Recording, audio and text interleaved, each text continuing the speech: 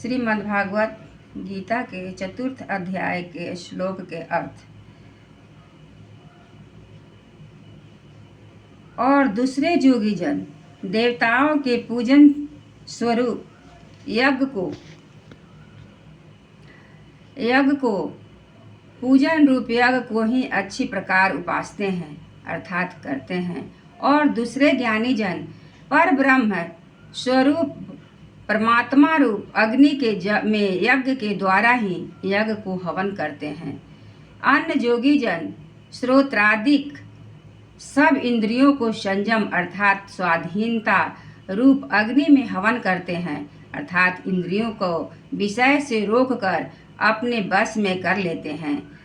और दूसरे जोगी लोग शब्दादिक विषयों को इंद्रिय रूप अग्नि में हवन करते हैं अर्थात राग द्वेष रहित इंद्रियों द्वारा विषयों को ग्रहण करते हुए भी भस्म रूप करते हैं। दूसरे जोगी जन संपूर्ण इंद्रियों की चेष्टाओं को तथा प्राणों के व्यापार को ज्ञान से प्रकाशित करते हुए परमात्मा में स्थित रूप अग्नि जोगाग्नि में हवन करते हैं। सच्चिदानंद घन परमात्मा के सिवाय अन्य किसी का भी न चिंतन करना ही उन सब का हवन करना है। दूसरे कई पुरुष ईश्वर अर्पण बुद्धि से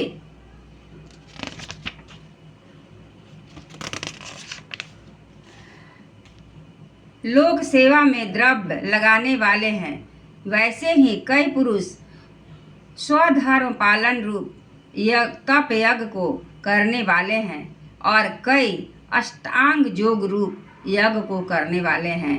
और दूसरे अहिंसादि तीक्ष्ण व्रतों से युक्त यत्नशील पुरुष भगवान के नाम का जप तथा भगवत प्राप्ति विषयक शास्त्रों का अध्ययन रूप ज्ञान यज्ञ के करने वाले हैं। दूसरे जोगी जन अपान वायु में प्राण वायु को हवन करते हैं, वैसे ही अन्य जोगी जन प्राण वायु में अपान वायु को हवन करते हैं तथा पारायण होते हैं। दूसरे नियमित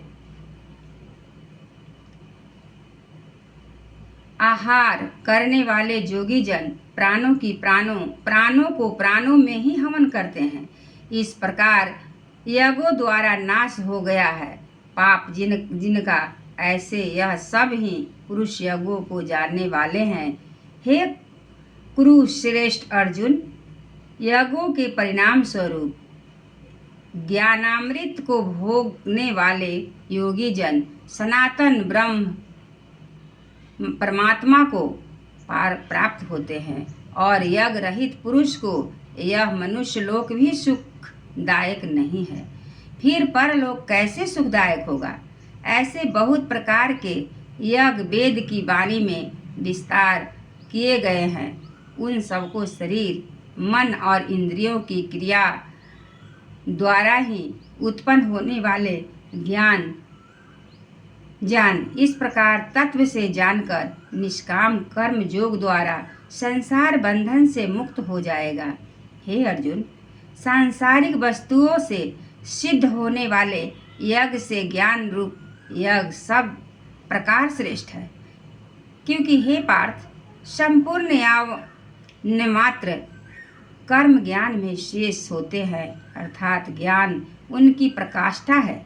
इसलिए तत्व को जानने वाले ज्ञानी पुरुषों से भली प्रकार दंडवत प्रणाम तथा सेवा और निष्कपट भाव से किए हुए प्रश्न द्वारा उस ज्ञान को जान वे मर्म को जानने वाले ज्ञानी जन तुझे उस ज्ञान का उपदेश करेंगे कि जिसको जानकर तू फिर इस प्रकार मोह को प्राप्त नहीं होगा।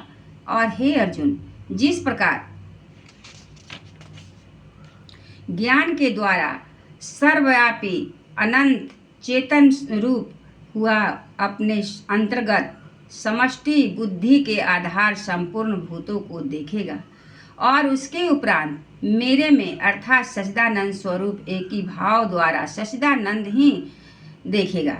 यदि तू सब पापियों में से भी अधिक पाप करने वाला है, तो भी ज्ञान रूप नौका द्वारा निसंदेह संपूर्ण पापों को अच्छी प्रकार तर जाएगा।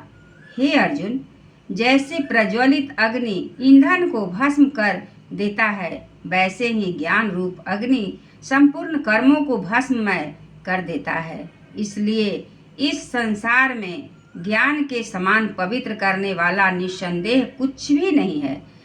उस ज्ञान को कितने ही काल से अपने आप समत्व बुद्धि रूप योग के द्वारा अच्छी प्रकार शुद्धांतकरण हुआ पुरुष आत्मा में अनुभव करता है। हे अर्जुन, जितेंद्रिय तत्पर हुआ श्रद्धावान पुरुष ज्ञान को प्राप्त होता है। ज्ञान को प्राप्त होकर तत्क्षण भगवत प्राप्ति रूप परम शांति को प्राप्त हो जाता है।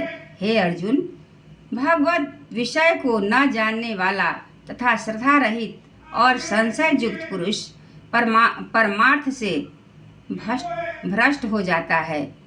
उनमें भी संशय युक्त पुरुष के लिए जो न सुख है और न यह लोक है न परलोक है, अर्थात यह लोक और परलोक दोनों ही उसके लिए भ्रष्ट हो जाते हैं।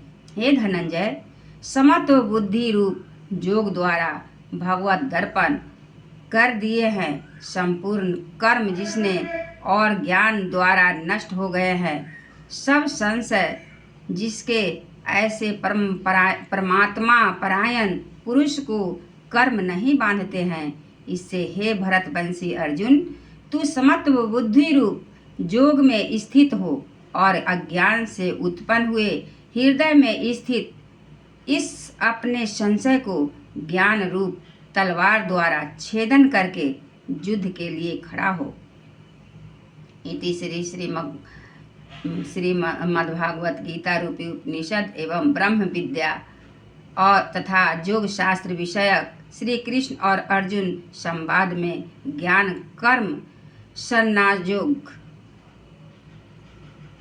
नामक चौथा अध्याय समाप्त। एक बार बोलिए श्री कृष्ण भगवान की जय।